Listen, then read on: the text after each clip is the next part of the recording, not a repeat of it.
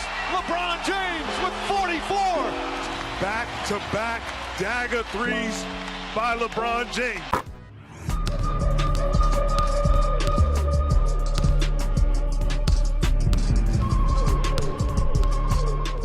My back hurts so bad today. Alright guys, just kidding. That's just my favorite LeBron James impression right now because this dude's back must be sore to the max.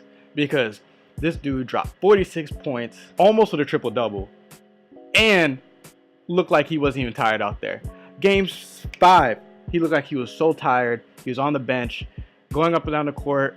On defense, I feel like he wasn't there. His head wasn't in the game as much, but when they got back home, it was a total change of atmosphere. This man carried them. He put literally his whole career on the line for this game. And it's a smart move because now he's going to a Game 7 situation. The only thing is I'm scared about is the Celtics have not lost at home in this series. But let me talk about the positives of Cleveland today, and I'll talk about the positives of the Celtics.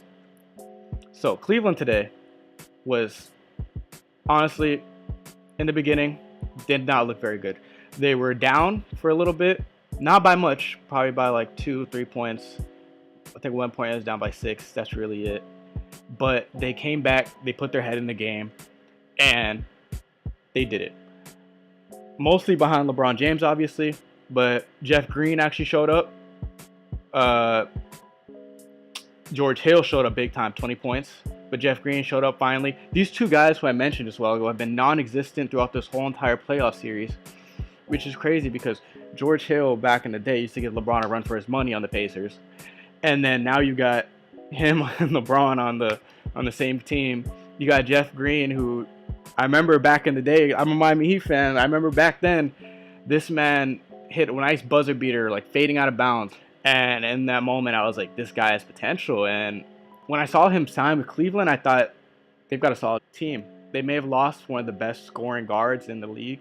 To think that they actually showed up today and made sure that they showed up big when they needed to was good.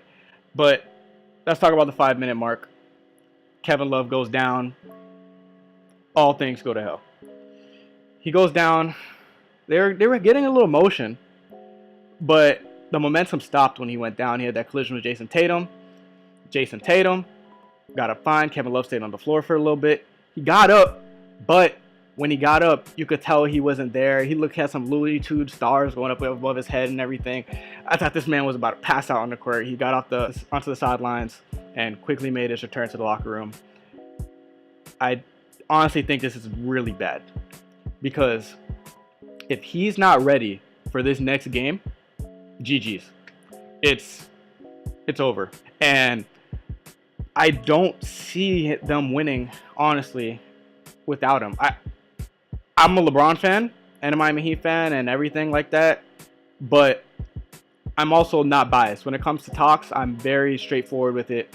I'm not going to hit you with the BS.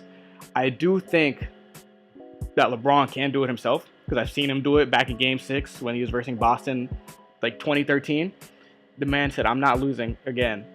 And he came in there, knocked them up real quick, did his thing, went out, won a championship that year. And I think he can do it this year.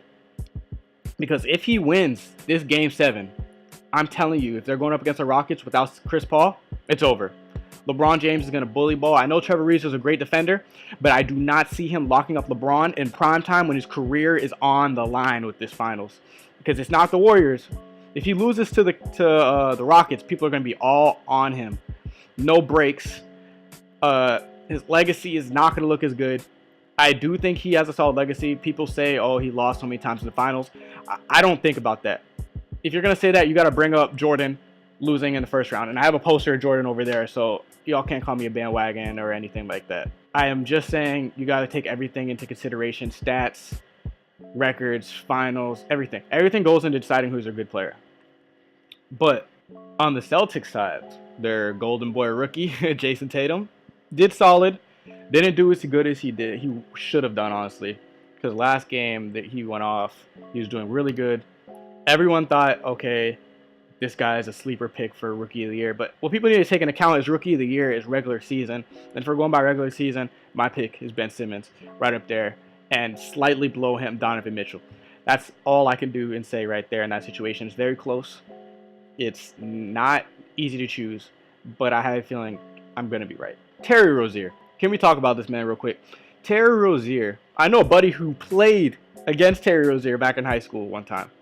And it's crazy to think that this man who is just over there playing around dunking with his friends is out here dropping 27 points, showing that, honestly, if they win and go to the finals and win this all, they don't need Kyrie, bro. They could trade Kyrie, get a good pick. They could be gone with this man. This man could be GG's. He is gone. Dead. Bye-bye. Ding. Monka S. He's gone. But what I can say, Rozier has some promise. He is going to make big. No matter if he leaves, if he stays there, he's good. He knows how to work in the system. That's good. Everyone could work in the Celtics system because you saw what happened to Isaiah Thomas. Wasn't pretty. But Jaylen Brown, sophomore, man. If they had a sophomore of the year, I think he was a candidate for sophomore of the year if they had one of those. I'll tell you that. This man went off, put his heart and soul out there on the court today. Sadly for him, it didn't work out. And I do think that he's going to come out there, him and Terry Rozier, they're a great backcourt.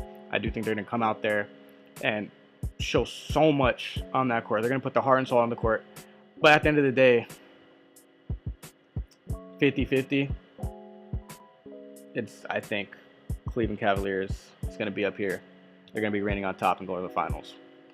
Just because the experience they have on the team, they have players who've been to the playoffs multiple times.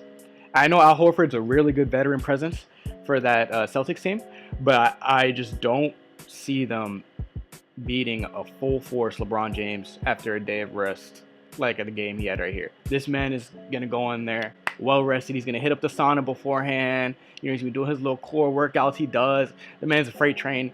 He's going to blow right through him. And that's the verdict for today, folks. It's your boy, Prince AG Sports, and I'm out.